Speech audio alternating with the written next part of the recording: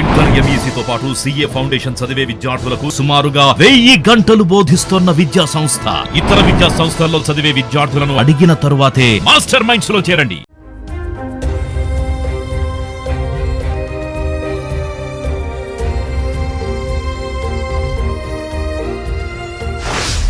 Periods కొంతమందికి ఇది సిగ్గు బిడియం, మరికొంతమందికి అదో మురికి, ఇంకొంతమందికి అంటు ముట్టు అని మూఢనమ్మకాలు. ఆడవాళ్ల శరీర నిర్మాణంలో అదో జీవక్రియగా ఎవ్వరూ పరిగణించరు. ఋతుక్రమంలో ఉన్న ఆడవాళ్లను కొందరు అంటరాని వాళ్లలా చూస్తే మరికొందరు పేషెంట్లలా చూస్తారు. ఇక శానిటరీ ప్యాడ్స్ విషయానికి వస్తే మెడికల్ షాపు నుంచి నల్ల కవర్లో తీసుకురావాలి, వాడేశాక న్యూస్ పేపర్లో చుట్టి డస్ట్బిన్లో వెయ్యాలి. ఇది ఒక రొటీన్ స్టిగ్మా. అయితే ఈ శానిటరీ ప్యాడ్స్తో ఏకంగా ఒక వ్యక్తి స్టార్టప్ ప్లాన్ చేశాడు, అది కూడా వాడేసిన శానిటరీ ప్యాడ్స్తో. ఎవరా వ్యక్తి, ఏంటా స్టార్టప్?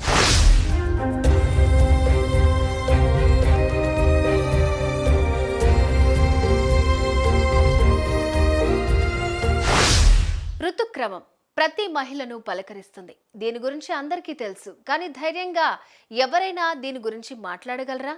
శానిటరీ ప్యాడ్ కావాలన్నా కూడా చెవులో చెప్పుకుంటూ ఉంటారు. మెడికల్ షాప్కి వెళ్ళాలన్నా అంతే, చుట్టూ ఎవరూ లేనప్పుడు మెల్లిగా చెప్తారు. ఇక పిల్లలకైతే దీని గురించి అస్సలు అవగాహన కూడా కల్పించరు. పైగా శానిటరీ ప్యాడ్స్ గురించి మొదట్లో పెద్దగా ప్రచారం జరిగినప్పటికీ ఇప్పుడు అవి ప్రకృతికి హాని చేస్తున్నాయని వస్తున్న కథనాలతో వేరే ఆల్టర్నేటివ్ కోసం చూస్తున్నారు.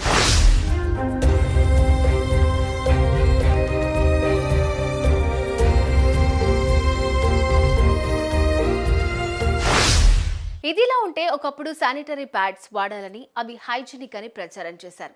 కాకపోతే ఇప్పటి వరకు చాలా ప్రదేశాల్లో శానిటరీ ప్యాడ్స్ అంటే ఏంటో కూడా చాలా మందికి తెలియదు. అందుకే కొన్ని NGOలు డొనేషన్స్ కలెక్ట్ చేసి రూరల్ ఏరియాల్లో ఉండే వారి కోసం శానిటరీ ప్యాడ్స్ పంపిస్తున్నారు. అయితే ఇలా వాడి పడేసే శానిటరీ ప్యాడ్స్ సుమారు 12.3 బిలియన్గా ఉండగా, ఇక బేబీ డైపర్స్ అంతకన్నా ఎక్కువగా మారాయి. ఫలితంగా వాడి పడేసిన శానిటరీ ప్యాడ్స్, బేబీ డైపర్ల వేస్టేజ్ ఏడాదికి సుమారు 3.37 లక్షల టన్నులు. షాకింగ్గా ఉంది కదా, కానీ ఇది నిజం. అయితే ఇవి భూమిలో కలిసిపోవటానికి 250 నుంచి 800 ఏళ్లు పడుతుంది. అంటే అర్థం చేసుకోవచ్చు శానిటరీ ప్యాడ్స్, డైపర్స్ వాడొద్దని ఇటీవల కాలంలో ఎందుకు అంతలా ప్రచారం చేస్తున్నారు. శానిటరీ ప్యాడ్స్కు ఆల్టర్నేటివ్గా క్లాత్ ప్యాడ్స్ అందుబాటులోకి వచ్చాయి. వాష్ అండ్ రీయూజ్ అంటే ఉతికి మళ్ళీ వాడుకోవచ్చన్న కాన్సెప్ట్తో చాలా NGOలు దానిపై వర్క్ చేస్తున్నాయి. ఈ శానిటరీ ప్యాడ్స్ చెత్తలో పడేయటం, వాటిని వేరు చేయకుండా అలానే డంపింగ్ యార్డ్లో పడేయటం, అవి కాస్త కొన్ని స్లమ్ ఏరియాలకు వెళ్లడంతో ఇబ్బందులు ఎదురవుతున్నాయి.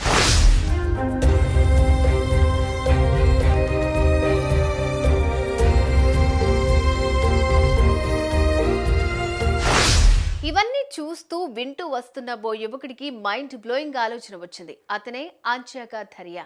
ఎంతో ప్రమాదకరమైన ప్లాస్టిక్ని రీసైకిల్ చేస్తున్నారు. భూమిపై లభిస్తున్న ఎన్నో రీసైకిల్ అవుతున్నాయి.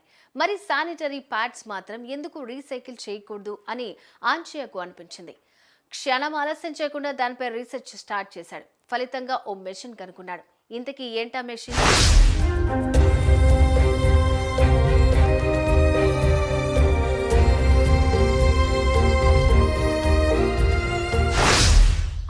Dariya the founder of pad labs. Sanitary pads recycling చేయాలనే ఆలోచన వచ్చిన మేధావి. అది ఎలా చేయాలి అని తనకు తాను ప్లాన్ గీసుకుని ఇప్పుడు సూపర్ సక్సెస్ అయ్యాడు. ఆనంద్ మహీంద్ర, సుధామూర్తి లాంటి వాళ్ళ నుంచి ప్రశంసలు అందుకున్నాడు. అసలు అంచయాకు ఈ ప్యాడ్ రీసైక్లింగ్ ఐడియా ఎలా వచ్చింది అనే విషయానికి వస్తే 2018లో అంచయాకు ఓ రోజు పూణే సమీపంలోని ల్యాండ్ ఫిల్ను సందర్శించడానికి వెళ్ళాడు. అక్కడ చెత్త ఏరే వాళ్ళు వాడేసిన శానిటరీ నాప్కిన్లను, డైపర్లను తమ చేతులతో తీయడం చూశాడు. అది చూసి అంజాక్య నమ్మలేకపోయాడు. చేతులకు గ్లౌజ్ లేకుండా వాటిని ఏరితే ఆరోగ్యానికి ఎంత ప్రమాదమని ఊహించుకున్నాడు. అప్పుడే ఓ ఆలోచన అంజాకు వచ్చింది. ప్లాస్టిక్ రీసైకిల్ చేసినప్పుడు వై నాట్ శానిటరీ ప్యాడ్స్ అనుకున్నాడు. ఇదే అతన్ని ప్యాడ్ కేర్ ల్యాబ్స్ ని ప్రారంభించేలాగా చేసింది.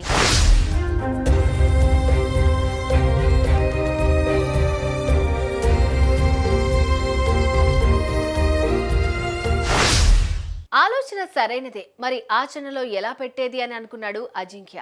ముందుగా రీసెర్చ్ స్టార్ట్ చేశాడు. అప్పుడు అతనికి తెలిసింది, భారతదేశంలో సుమారు 121 మిలియన్ల స్త్రీలు ఋతుక్రమంలో భాగంగా ప్రతి సంవత్సరం 1200 కోట్ల శానిటరీ నాప్కిన్స్ వాడుతున్నారు. వాటిలో దాదాపు 98% చెత్తలోకి వెళ్తున్నాయి. మిగతా 2% కాల్చేస్తున్నారు. పాడేసే దానికన్నా కాల్చేస్తే మరింత ప్రమాదకరమని తెలుసుకున్నాడు అజింక్య.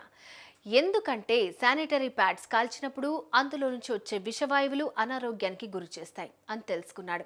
దీంతో మహిళలు వాడే శానిటరీ ప్యాడ్స్ను వాళ్ళు చెత్తలో పడేసే ముందు వాటిని సేకరించాలని ఫిక్స్ అయ్యాడు. అందుకోసం ఓ మెషిన్ను డెవలప్ చేశాడు. అదే pad care bun.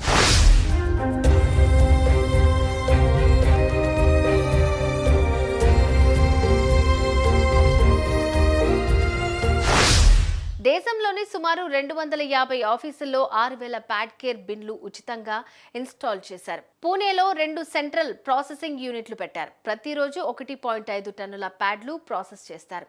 Meta, cab Gemini, TCS లాంటి కార్పొరేట్ సంస్థలో ప్యాడ్ కేర్ బిన్స్ ఇన్స్టాల్ చేశారు. థర్డ్ పార్టీ ద్వారా వ్యర్థాలను యూనిట్కు తరలిస్తారు. ఈ మెషిన్లలో వేసిన శానిటరీ నాప్కిన్లను నెల రోజుల వరకు ఉంటాయి. వాసన రాదు, బ్యాక్టీరియా చేరదు. 30 రోజుల తర్వాత బిన్ నుంచి తీసి రీసైకిల్ చేసే ప్లాంట్కు తరలిస్తారు. 5D టెక్నాలజీ ఆధారంగా వీటిని రీసైకిల్ చేస్తారు. ఈ టెక్నాలజీ ద్వారా 20 నిమిషాల్లో అతి తక్కువ ఖర్చుతో 99% మెటీరియల్ తిరిగి పొందొచ్చు. ప్యాడ్లోని గుజ్జును, ప్లాస్టిక్ను వేరు చేస్తుంది. ఈ పల్ప్తో మొక్కల కుండీలు, షో పీస్లు, స్టేషనరీ ఐటమ్స్ తయారు చేస్తారు. అలాగే ప్లాస్టిక్ను గ్రాన్యూల్స్గా మార్చి దాంతో ప్యాడ్ కేర్ డబ్బాలను తయారు చేసి వాటిని ఇతర కంపెనీలలో అమరుస్తున్నారు. ఇది గత 4 ఏళ్లుగా నడుస్తున్న ప్రాసెస్. ఇప్పుడు సక్సెస్ అయిన ప్రాసెస్, ఎంతో మంది నుంచి ప్రశంసలు అందుకుంటున్న ప్రాసెస్.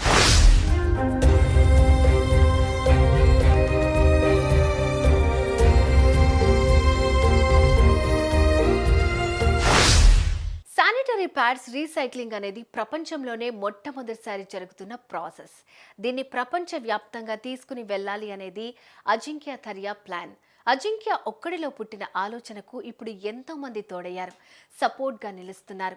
4 ఏళ్ల శ్రమ, 5000కు పైగా ట్రయల్స్, అన్నీ ఫెయిల్ అయినా పట్టువదలని విక్రమార్కుడిలాగా నిల్చున్నాడు. ఫైనల్గా సక్సెస్ అయ్యాడు. ఇలాంటి ఆలోచన వచ్చిన Ajinkya Dhariya, he is really great. మీరేమంటారు? కామెంట్ చేయండి.